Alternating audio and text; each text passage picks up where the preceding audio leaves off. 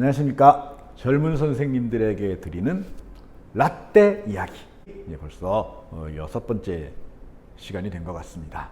자, 지금 계속 교사가 되면 이런 게 좋습니다, 이런 얘기를 하고 있습니다. 그런데 어떤 분들이 그래요. 쌤이 얘기하는 교사가 되면 이런 것이 좋습니다라는 얘기를 들어도 별로 좋다고 느껴지지 않는다, 오히려 더 어렵게 느껴진다, 이런 분들이 있는데, 네, 그런 분들에겐 제가 이렇게 과감하게 말씀드리겠습니다. 네, 적성이 맞지 않습니다. 다른 일자리를 찾아보시기 바랍니다. 네, 너무 잔인한가요? 아닙니다. 미리 잘못된 길을 선택하지 않도록 하는 게, 그게 바로 저번에 얘기했죠. 그게 바로 차가워 보이지만 진짜 사랑입니다. 저는 여러분들을 사랑합니다. 자, 이제 교사의 또 다른 행복입니다. 자, 탐구와 사유. 벌써 이 말을 듣는 순간 아니 저게 무슨 행복이야 이러는 분도 있을 것 같습니다. 근데 저게 행복한 분들도 분명히 있겠죠. 저게 왜 행복하냐? 자, 행복이란 게 뭐예요? 행복이라고 하는 거는 기쁨이 계속 유지되는 그런 상태가 아닐까요? 기쁨이 계속 유지됐던 상태를 내가 이렇게 돌아봤을 때 나에게 느껴지는 어떤 뿌듯함, 이런 것들이 아마 행복일 겁니다. 그러면 우리는 어떨 때 기쁘다 그랬죠?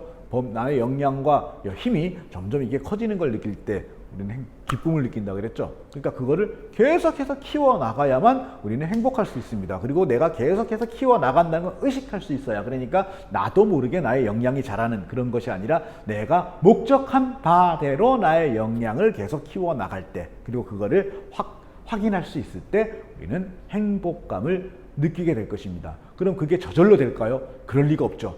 꾸준한 학습을 통해서만 그게 가능하겠죠. 자, 그러면 학습은 무엇으로 이루어져 있죠? 그렇습니다. 탐구와 사유로 이루어져 있습니다. 아니, 그럼 교사가 도대체 무슨 학습을 그렇게 많이 한단 말이냐? 이렇게 이야기하는 분도 있을 수 있겠습니다. 뭐 니들이 무슨 교수냐? 이러겠지만요. 제가 생각하기에는 교사가 교수보다 훨씬 더 많은 학습을 하게 됩니다. 왜냐하면 훨씬 더 많은 문제 상황에 부딪히게 되거든요. 문제 상황에 부딪혔을 때 그 문제를 해결하려는 능동적인 활동, 그 과정 속에 뭐가 이루어집니까? 그게 바로 학습이 이루어지고, 그걸 통해서 무엇인가 개선했을 때 나의 역량이 확대되면서 기쁨을 느끼게 되는 것입니다. 누가 나를 그토록 학습하게 만들까요? 바로 학생들입니다. 학생들은 특히 연령대가 내려갈수록 학생들 하나하나가 모두 너무도 개성에 넘치는 그런 존재들이 아니겠습니까? 학생이 20명이 있으면 20개의 문제가 발생하고요. 30명이 있으면 30개의 문제가 발생합니다. 아니, 더 발생합니다. 학생이 20명이 있으면 이 20명의 문제에다가 다시 이들이 상호작용하면서 발생하는 발현적인 현상이죠. 그 이머전트한 또 새로운 문제들이 발생하니까 학생이 20명이면 40개, 30명이면 100개의 문제가 발생한다라고 봐야 되겠죠. 그럴 때 이 문제들을 다만 통제하고 제거해야 되는 것으로 생각하는 사람, 그러니까 뭐야 교실이 왜 이래 조용해 해가지고 이것을 통제해가지고 일사불란하게 만들어야 된다고 생각하는 사람들에게는, 그런 사람들에게는 교사의 행복이 오지 않습니다. 그럴 경우에 이 학생들은 자신의 문제를 드러내지 않고 감출 테니까요. 그래서 교사가 보기에는, 교사 눈에는 아무 문제가 없어 보이는 질서정연한 교실이 딱 앞에 놓여 있겠지만, 실제로 이것들은 실제로 존재하는 여러 다양한 문제들을 은폐하고 있는 것에 불과한 거죠.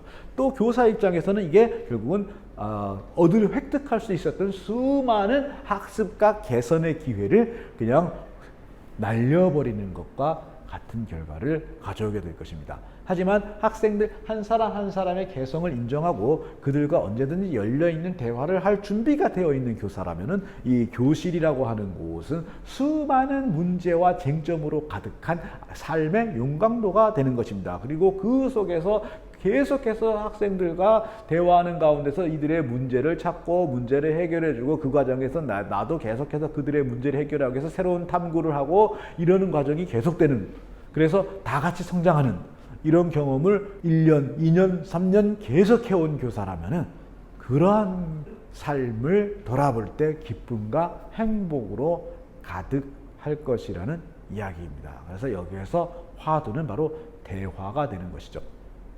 여기서 말하는 대화는 단지 이야기를 주고받는다라는 것이 아닙니다. 아무리 둘이 긴 시간 동안 이야기를 주고받는다 하더라도 그 이야기의 내용이 지시와 복종으로만 이루어져 있다면 그렇게 해라, 네, 그렇게 해라, 네, 그렇게 해라, 네, 알겠냐, 네, 어떻게 하라고, 이렇게 하라고 했습니다. 이런 이야기만 계속 오고 간다면 이거는 대화가 아닙니다. 또 혹은 이야기를 서로 주고는 받는데 서로의 본심을 감춘 채로 상대방에게서 어떤 특정한 반응을 끌어내기 위해서 서로를 기만하면서 이루어지는 대화, 이야기가 있다면 말하자면 서로를 전략적으로 대하는 거죠. 이거 역시 대화라고 이야기할 수 없습니다.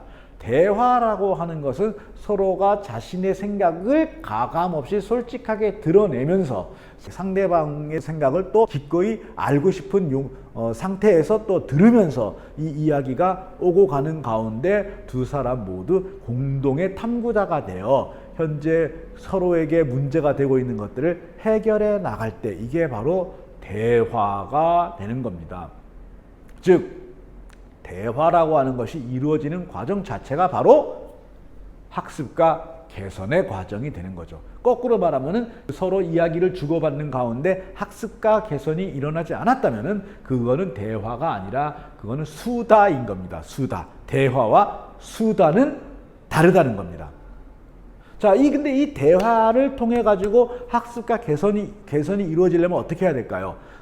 내가 A라고 얘기했더니 상대방도 A라고 얘기했어요. 그러면은 그냥 결국 뭐예요? 여기서 대화는 단절되고 말죠. 뭐 더 할 말이 있겠습니까? 그런데 내가 A라고 얘기했더니 상대방은 B라고 얘기하고, 그래서 내가 C라고 얘기했더니 상대방은 D라고 얘기하고, 이렇게 서로 다른 주장과 생각이 계속 오고 가야 계속해서 서로 간의 능력과 생각과 이런 것들이 확장되지 않겠습니까?